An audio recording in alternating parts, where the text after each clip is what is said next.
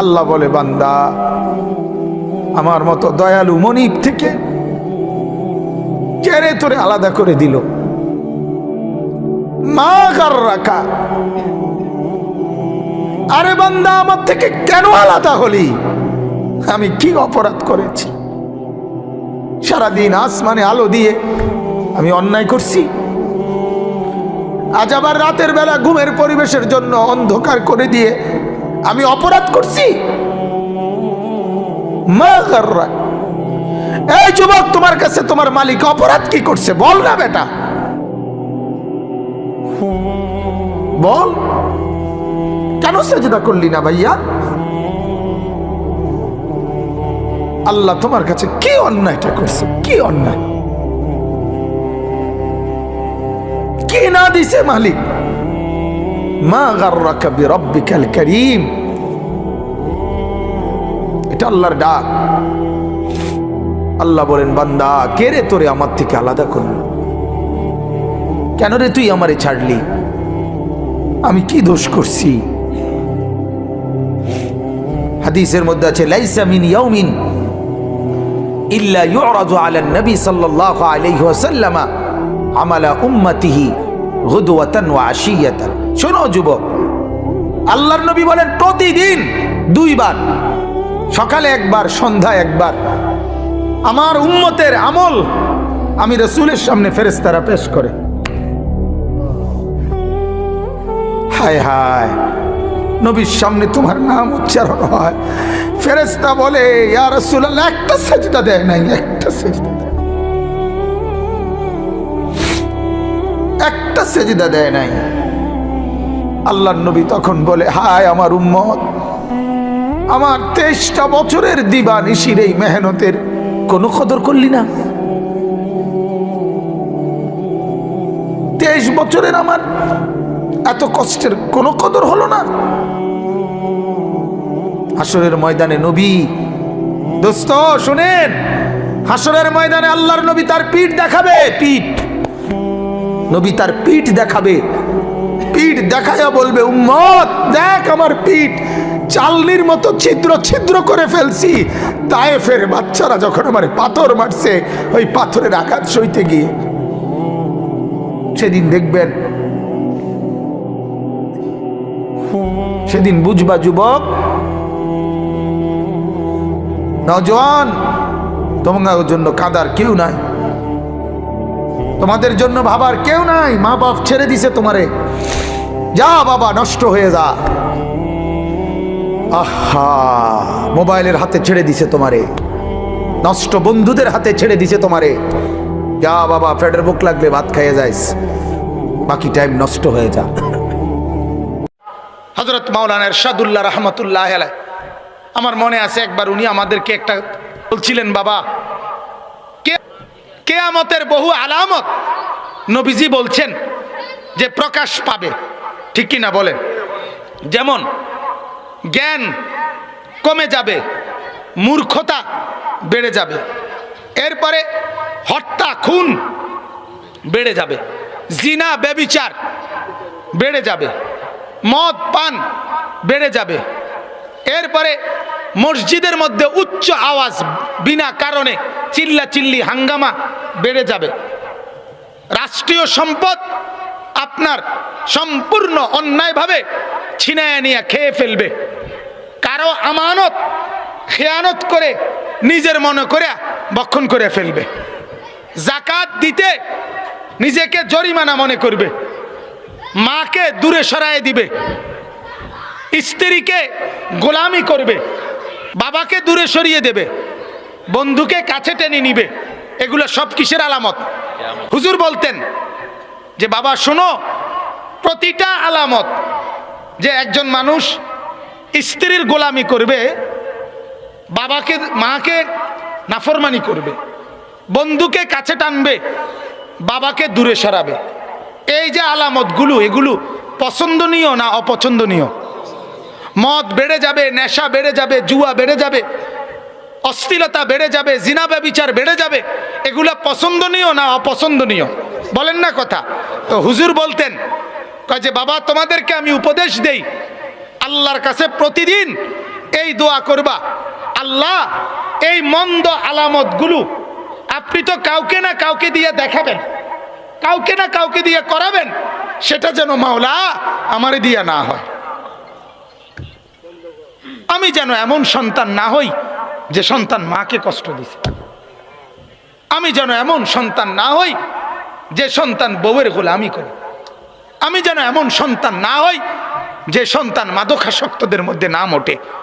আমি যেন এমন সন্তান না হই যে সন্তান জুয়ারিদের মধ্যে নাম ওঠে।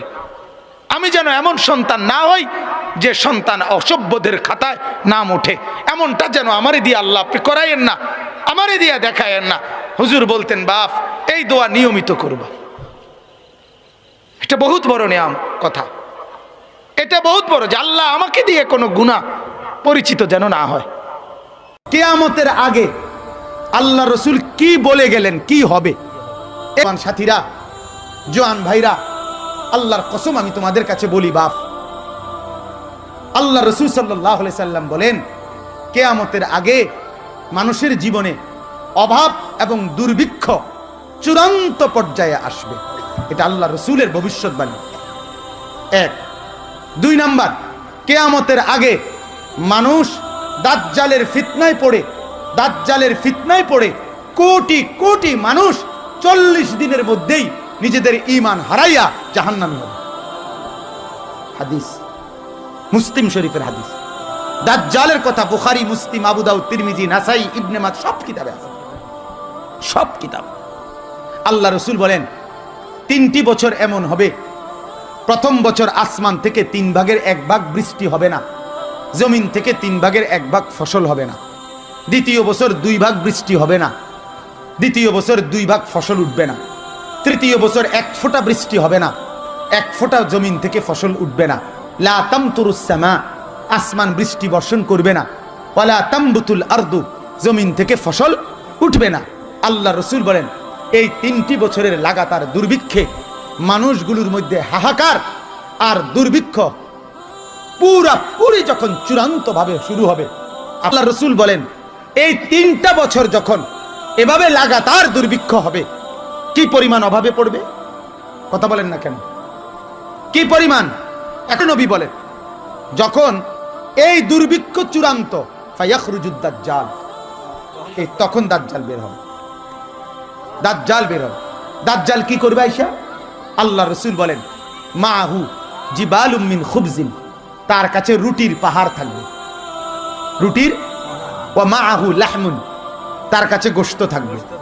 ওয়া মাহু নাহরুম মিন মাইন, তার সাথে পানির নহর থাকবে। দাজ্জাল বলবে আসমান থেকে বৃষ্টি নামবে। দাজ্জাল বললে জমিন থেকে ফসল উঠবে। দাজ্জাল বললে এরকম খোলা জায়গা থেকে স্বর্ণরৌপ্য উঠবে। দাজ্জাল বললে খাল, দিঘি, নদীর পানি শুকায় যাবে। দাজ্জাল বললে আবার চলতে থাকবে। দাজ্জাল বললে ওই বেটার মরা মা বাপ কবর থেকে উঠে দাজ্জালের পক্ষে সাক্ষী দেবে। দাজ্জাল বললে মরা গরু, ছাগল, ভেড়া, বকরি জিন্দা হইয়া দাঁড়ায় যাবে।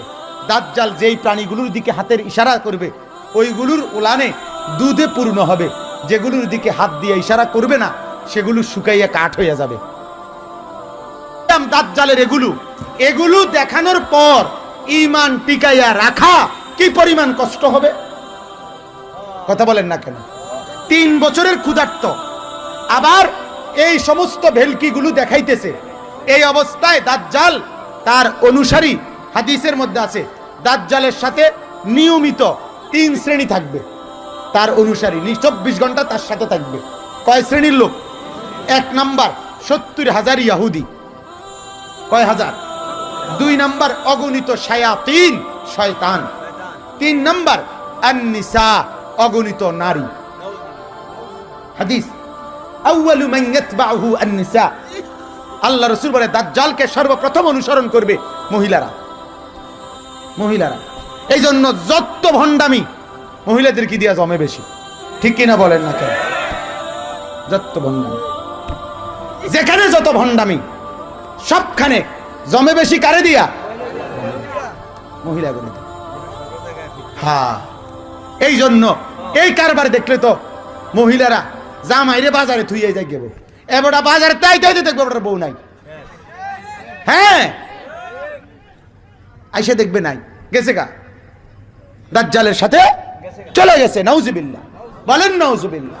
আমার বাপ, তাইলে এই অবস্থায় 3 বছর ক্ষুধার্ত। এবার আপনারা একটু কল্পনা করেন, এই বায়েকওয়ালারা, আপনারা একটু ভাবেন, শুধু 3 বছর লাগবে না, আমরা শুধু এতটুকু ভাবি যে আজ 15 দিন আমরা যারা এখানে বসা, আমাদের এই বায়েক গ্রামের মানুষগুলোর কথাই ভাবেন যে 15 দিন ঘরে 1 ফোঁটা খাদ্য নাই, খাবার নাই, পানি নাই, কোনো কিছু আহার নাই, বিবি কাঁদতেছে, বাচ্চাগুলো কাঁদতেছে, আমি নিজেও বুকা। এই অবস্থায় যদি শুনি যে ওই বায়েক রাস্তার মাথায় অথবা কুটির রাস্তার মাথায় বা কসবা বাজারের মধ্যে ট্রাকে করে রুটি দিতেছে, ট্রাকে করে পানির বোতল দিতেছে, ট্রাকে করে গোশত দিতেছে, কি পরিমাণ মানুষ দৌড়বে? কথা বলেন না কেন? বলেন না কেন? কি পরিমাণ মানুষ দৌড়বে? শতকরা 1-2 জন। তখন আমার মতো মৌলবী, ওনাদের মতো মৌলবী 2-4 জন যদি বলে দাঁড়াইয়া, ও গ্রামবাসী, এটা দাজ্জাল, ওদের খাবার নিও না, ওদের পানি নিও না, ওদের গোশত নিও না, তখন এই মানুষগুলো বলবে, হুজুর আজ 15 দিন ঘরে চুলা নাই, আগুন জ্বলে না, পানি নাই, খাদ্য নাই, বিবি বাচ্চা নিয়ে দুনিয়াই তো চলে না, আখেরাত দিয়ে কিতা করমু? আমনের আখেরাত লই আমনে থাকেন, আমার পেট বাঁচান দরকার। কথা বলেন না কেন? আজকে হাজারো লাখো মানুষ সুদের ব্যবসা করে, এই যুক্তি দেখাইয়া পেট চলে না। কথা বলেন না কেন? কিস্তিতে সুদের টাকা লয়, শুধু এই যুক্তিতে পেট চলে না।